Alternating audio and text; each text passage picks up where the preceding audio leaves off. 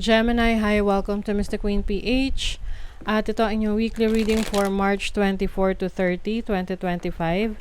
If you're interested in private readings, meron tayong link sa description at sa pinned comment. Paka-check nyo na lang information kung paano mag-book for a private reading. And please subscribe to our channel to show your support, like, share this video, at comment na rin kayo kung kayo ay naka-resonate. Okay, Gemini, let's see. What's up? This is your overall energy, possible challenge, opportunity, blessing energy ng money, career, finances, at ng love life and family. Bottom of the deck, the King of Wands. So, this is planning. Parang meron ka mga plans, travel plans, or travel to work abroad, or magbakasyon. Parang meron ka ino-organize, no? This can be organizing a meeting or an event. You also have the Strength card and the Fool. Uy, Gemini. Meron sa inyo naglalakas ng loob na umalis na sa isang stressful situation, sa isang toxic environment. Okay? This can be a relationship or a trabaho, no?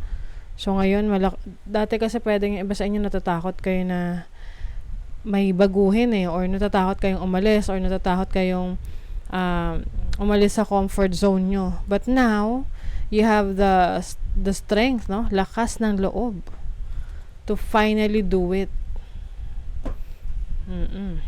Overall energy, the Ace of Cups on new beginnings. Some of you know, if you are, kung aalis ka sa isang relationship na toxic, this is a new beginning pagdating sa pagmamahal mo sa sarili mo. Yung pipiliin mo yung sarili mo ngayon, mas mamahalin mo siya, mas bibigyan mo ng attention. Okay? Kasi yung iba pwedeng, ang focus nyo sa ibang tao, tapos kayo, na-set aside nyo na yung sarili nyo. So, this time you're going to focus on loving yourself and taking care of yourself. Your challenge is the Knight of Cups. Alam nyo, yung iba sa inyo, merong potential romantic partner. Okay? Bago ito. Pero maaring hindi kayo ganun ka-open dito. Kasi, lalo na kung galing ka sa isang relationship na, failed relationship, hindi nag-workout. So, maaring ayaw mo rin naman na agad-agad, no, pumasok sa isang bagong relasyon nang hindi ka pa fully healed or hindi ka pa nakaka-move on. Which is tama naman, 'di ba? Your opportunity, you have the Ace of Swords. So, ang daming new beginnings for you, Gemini.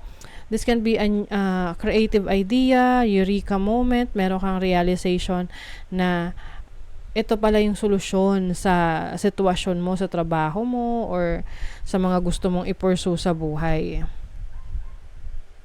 And then your blessing is the World. Achievement. The World is like completion. Pagkompleto ng isang proyekto or completion ng chapter ng buhay mo. So, merong natatapos, no? This can be closing a chapter of your life and now you are entering a new phase or a new chapter, new beginning sa buhay mo. And the world is also opportunities outside of your comfort zone. So, yung iba sa inyo, meron kayong i-explore na iba pang oportunidad sa, pwedeng sa ibang bansa. Yung iba, may blessing pagdating sa travel abroad or working abroad. Or pwede rin tong international affairs or let's say, meron kang kaka-deal sa ibang bansa kung may negosyo ka. Money, career, finances, you have the Tower.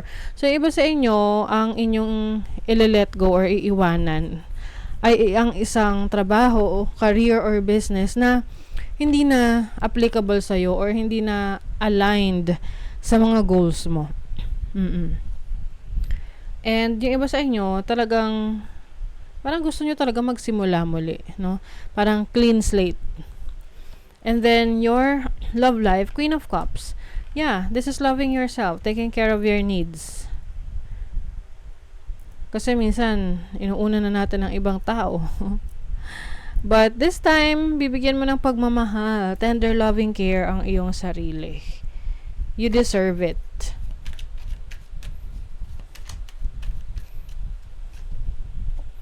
Within a few weeks, yung iba sa inyo magpapalakas kayo ng pangangatawan. Pwedeng magja-jogging kayo, exercise. You want to gain stamina, you want to gain endurance, strength. Yung iba naman, this is spiritual strength. Maaring kayo ay magme-meditate. Meron kayong mga gagawing activities related to meditation, relaxation, healing. I also see you na ikaw ay kumakawala sa isang limitasyon mo. Gusto mo ng freedom, kalayaan.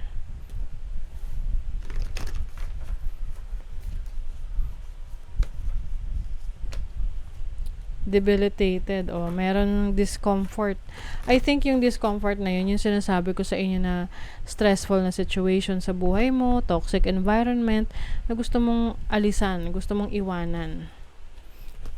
And ngayon, buong-buo na ang iyong isip pagdating sa mga plano mo, yung mga pangarap mo, yung mga gusto mong tuparin para sa sarili mo.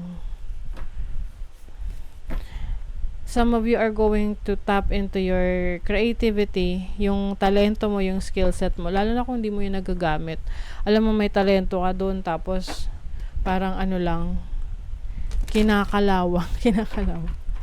Oo, kasi minsan alam naman talaga natin ano yung talents natin eh. Hindi lang natin talaga ginagamit.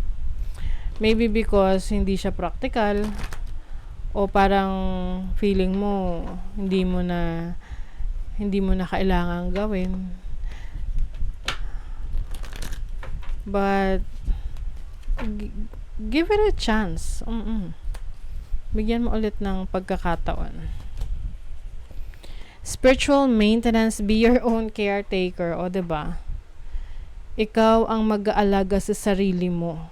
Minsan kasi pag inaasa natin yan sa iba, tayo ay nadidisappoint.